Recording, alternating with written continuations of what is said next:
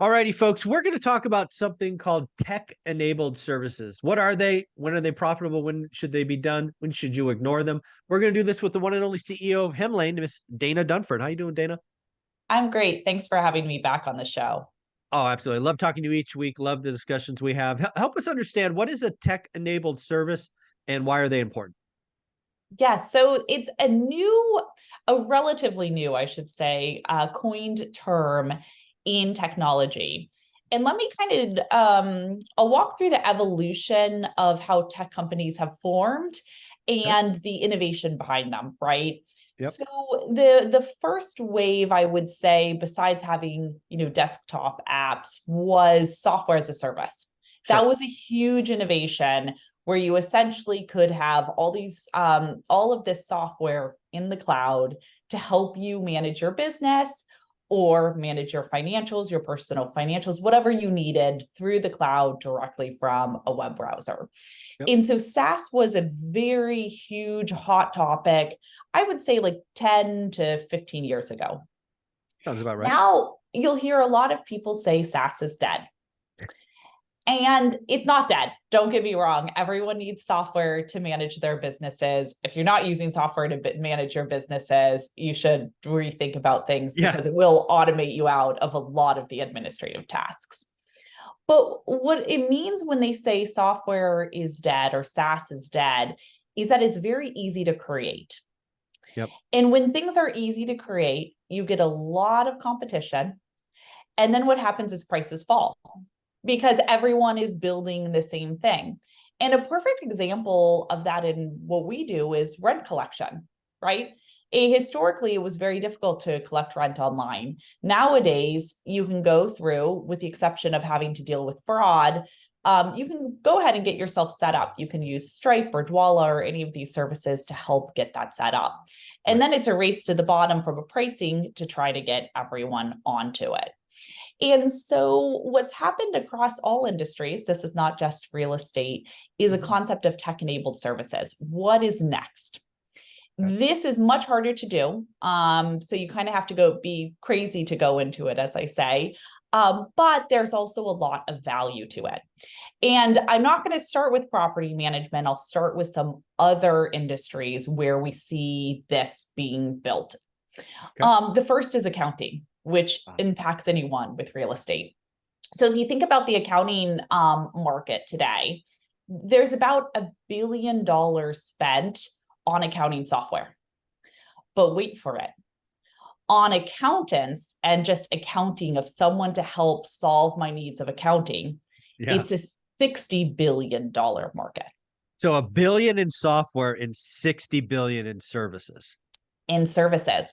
And Wow. so what Okay. you Okay. I'm getting it. All right. Yeah. So what you see as an innovation there for tech-enabled services is companies like Pilot coming out, or even QuickBooks, so Intuit, rethinking about things, saying we should offer the services, we should Yeah. become the accountants, because we can only get so far off of $1 billion industry. If we want to grow, why don't we go to something that's 60x that? Yeah. And so you'll see these companies like Pilot's a newer one. I mean, it's been around, I think, for 7+ years, but helping provide accounting solutions for anyone in the cloud, but with services. You'll also see companies that have been around for much longer, like Intuit, saying, great, Michael, you also need an accountant. Tap in here. We have an accountant who can do this. You need an example with QuickBooks, which I loved, was at the end when you check out, it says, hey, what happens if you get audited? Do you want to add on our services to help provide you with someone and connect you with someone? Yeah. So when you're audited, they can help you go through the process. Check. Yes, please. Yes, please. Check. Yep. I definitely need and want that. Yeah. And so you'll see this across many industries, and you'll see it with legal solutions as well. Hey, you can get so far, but you need someone to review your documents. Great, tap in here. You'll see it with customer success, all sorts of different markets. You'll see tech-enabled services. And so how does that relate to Hemlane? Well, Hemlane is a tech-enabled service for property management. Very similar, where we say, yes, we have the software, but software doesn't solve everyone's needs. You Yeah. also need services. What's interesting about it is that it's very hard to build, because a lot of times when you look at a user of anything, like I need an accountant or I need someone to help provide legal support, they're usually looking for 100%. I need someone to do everything. Right. Typically, tech-enabled services don't do everything. They only do things that they can consistently do well and scale and make sure they follow any sort of regulations, legal requirements associated with what that platform is offering as a tech-enabled service. And so for us, what was very interesting that we found was there were so many people self-managing their properties. They didn't want us to solve 100%.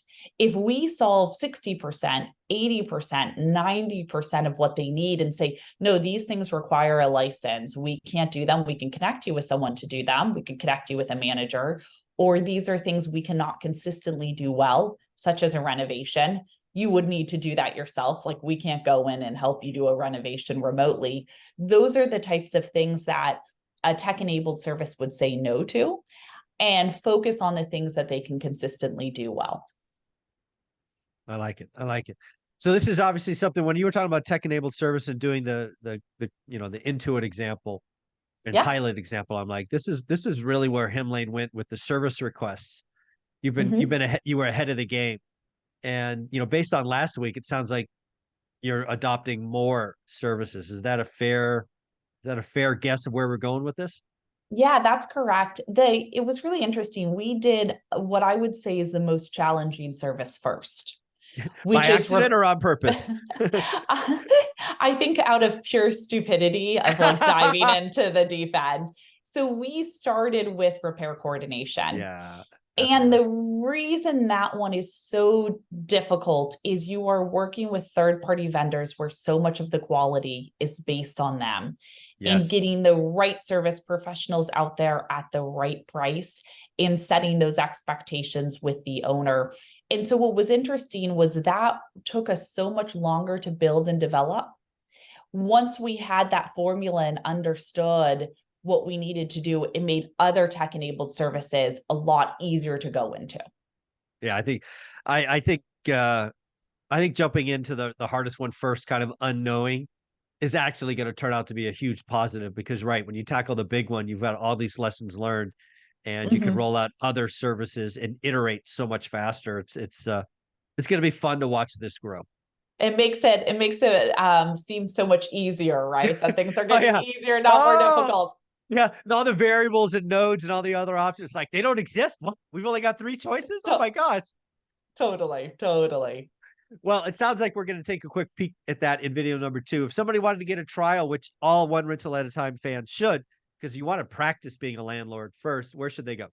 Yeah, so if you want tech-enabled services for property management, you can go to Hemlane, www.hemlane.com, and just mention One Rental at a Time to make sure you get 20% off your first year.